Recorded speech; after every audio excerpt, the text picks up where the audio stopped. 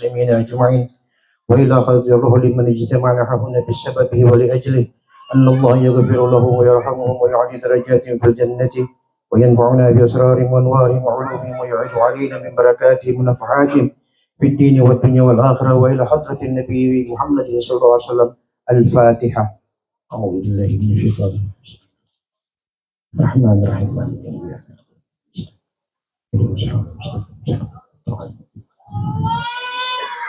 Bismillahirrahmanirrahim. Assalamualaikum warahmatullahi wabarakatuh. Salam sejahtera bagi kita sekalian. Alhamdulillah alladzi khalaqal mauta wal hayata liyabluwakum ayyukum ahsanu amala. Asyhadu an la ilaha illallah wahdahu wa asyhadu anna Muhammadan abduhu wa rasuluhu wa la nabiyya ba'dahu. Allahumma salli wa sallim wa karrim wa 'azzim wa syarrif ala sayyidina Muhammad ibn Abdullah wa ala alihi wa sahbihi wa mawalah. Rabbi zidni ilman nafi'an warzuqni fahman wasi'an. Rabbi shrah li sadri wa yassir li amri wahlul 'uqdatam min lisani yafqahu qawli. Rabbi saddid lisani wahdi qalbi bihaqqi sayyidina Muhammadin sallallahu alaihi wasallam. Amma ba'd. Pertama-tama puja dan syukur kehadirat Allah Subhanahu wa taala, Tuhan yang Maha Kuasa, yang kepadanya kita semua akan kembali. Demikian pula salawat serta salam yang indah kita persembahkan kehadiran Nabi tercinta, Nabi yang mulia, Nabiullah Muhammad sallallahu alaihi wasallam, juga kepada keluarga dan para sahabat-sahabat beliau. Yang saya hormati keluarga pemangku duka yang pada hari ini memperingati lawatan hari yang ke-7 dari wafatnya almarhum. Yang saya hormati pula Bapak Haji Muhammad Yusuf Sultan beserta Ibu Hajah Sartin Puri sebagai Ketua Wanita Islam Kota Bitung, Ketua Majelis Ulama Indonesia Bapak Kiai Haji Dr. Andes Abdurrahman Kaluku, Pak Dr. Basmi Said, Ketua Kerukunan Pedagang Pasar Kuliner Bapak Haji Untung, Ketua TKBM, Sekretaris TKBM Bapak Kadis Naker hadir. Ingin hati menyebut satu demi satu, apa jua waktu tak mencukupi. Walaupun demikian, kita semua mulia di hadapan Allah Subhanahu wa taala. Bapak Ibu jamaah yang saya muliakan, yang dirahmati Allah, setiap ada kematian, mayoritas atau kebanyakan orang suka membaca tahlilan. Tahlilan ini dianggap ritual utama dan ritual paling pokok dalam setiap ada peristiwa kematian. Adapun selain itu dianggap sebagai seremonial biasa. Nah, bagi mereka yang suka membaca tahlil, yang suka, yang tidak suka tidak apa-apa.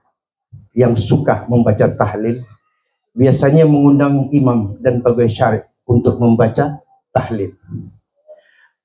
Pada saat bacaan dimulai, ada 1, 2, 3 ayat yang dikutip, kemudian dijadikan bagian bacaan daripada tahlilan. Di antaranya ketika imam mulai membaca, lillahi ma fis samawati wa ma fil ardi wa in tubdu ma fi anfusikum aw tukhfuhu yuhasibkum bihillah fayaghfir liman yasha wa yu'adzibu liman yasha. Artinya, ini ayat Quran yang dibaca di saat tahlilan. Lillahi ma fis samawati wa ma fil ardi, milik dan kepunyaan Allah apa saja yang ada di langit, termasuk pula apa yang ada di bumi. Semua milik Allah, dan tak seorang pun yang dapat memiliki apa yang Allah miliki. Seseorang yang merasa kehilangan berarti dia bagian dari orang yang merasa memiliki. Allah mengatakan, jangan seperti itu. Kalian punyaku, termasuk apa yang kalian miliki juga milikku, kata Allah. Itu maksud ayat tadi. Lillahi ma fis samawati wa ma fil ardi. Kepunyaan Allah apa yang di langit dan apa yang di bumi. Sehingga agar musibah tidak terasa berat, jangan sekali-kali kita merasa memiliki. Rasa memiliki inilah yang kemudian menjadi sesuatu yang berat ketika kita merasa kehilangan apa yang kita miliki. Ini nasihat Allah pada saat orang berduka dalam bentuk ayatnya kepada kita yang berduka. Kemudian Allah katakan, bagaimana sesuatu yang kalian tidak miliki kemudian merasa memiliki? Allah katakan, wa in tubdu ma fi anfusikum, bila engkau dalam kehidupanmu sehari-hari selalu menampakkan apa yang merasa dan apa yang dirasa, itulah sebagai bagian wujud engkau mulai merasa memiliki. Jadi kita boleh mencari apa yang kita tidak dapati. Kita boleh memanfaatkan apa yang di tangan kita. Tapi jangan coba-coba merasa memiliki, apalagi menguasai. Berapa banyak yang kita miliki bisa lepas tanpa kita ketahui. Berapa banyak yang kita merasa mampu kita kuasai, namun semua berada di luar kendali. Contohnya anak. Semua berkata, anakku, putraku, putriku, tapi tidak jarang kita dapati anak membantah keinginan orang tua. Ini menunjukkan kuasa Allah sedang bermain di tengah-tengah kita. Berikut. Wa in tubdu ma fi anfusikum, sekiranya apa yang kau tampakkan dalam kehidupan, engkau merasa memiliki apa yang semestinya bukan kau punya. Kau hanya memiliki satu hak yang namanya hak pakai, bukan hak memiliki apalagi menguasai. Nah, gunakan hak pakai kata agama. Jangan menggunakan hak milik. Karena hak milik suatu saat diambil oleh pemilik yang sejati. Ibarat tanah, ada sertifikat hak milik, tapi tetap register lebih utama.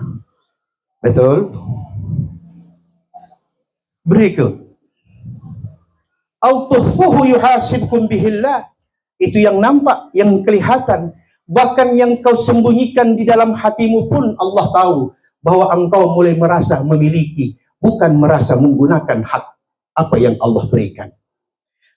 Termasuk ruh yang kita miliki. Ruh yang selalu berada di tengah-tengah kehidupan kita. Kita merasakan derita, kita merasakan bahagia, kita merasakan kekurangan dan kelebihan. Yang merasakan kata kita itu hati, tapi sebenarnya yang merasakan adalah ruh kita. Ruh inilah yang diambil oleh Allah kelak nanti, dan dengan ruh ini pula Allah akan jadikan sebab adanya hari kebangkitan, jasad dan ruh menyatu. Disitulah Allah berfirman, yuhasibukum bihillah. Tubuhmu yang kau gunakan untuk bermaksiat kepada aku berdasarkan perintah ruh. Tubuhmu yang kau gunakan untuk taat ibadah kepada aku sebagaimana keinginan ruh. Yuhasibkum bihillah. Dengan itu pula Allah akan mintai satu demi satu pertanggungjawabannya. Maka jangan heran ibu, bila di hari kiamat nanti tangan mulai menjadi musuh, kaki berbeda pendapat dengan kita. Kenapa demikian? Quran surat Yasin menjelaskan, al-yawma nakhtim ala afwahihim wa tukallimuna aydihim. Mulutmu terkunci, tanganmu bicara, kakimu bersaksi dengan apa yang kau buat. Itu sebabnya sholat sendirian menggunakan kata iyyaka na'budu. Kepada engkau kami menyembah ya Allah. Bukan sekedar sholat berjamaah. Sholat sendirian menggunakan kata kami. Karena saat itu tangan akan berbeda pendapat, kaki akan berbicara dan menjadi saksi. Kullu ulaika kana anhu mas'ula. Wa ja'ala lakumus sam'a wal absar wal af'idah kullu ulaika kana anhu mas'ula, kata Quran. Sesungguhnya kami jadikan pendengaranmu, penglihatanmu, bahkan hatimu akan ditanya satu demi satu oleh Allah.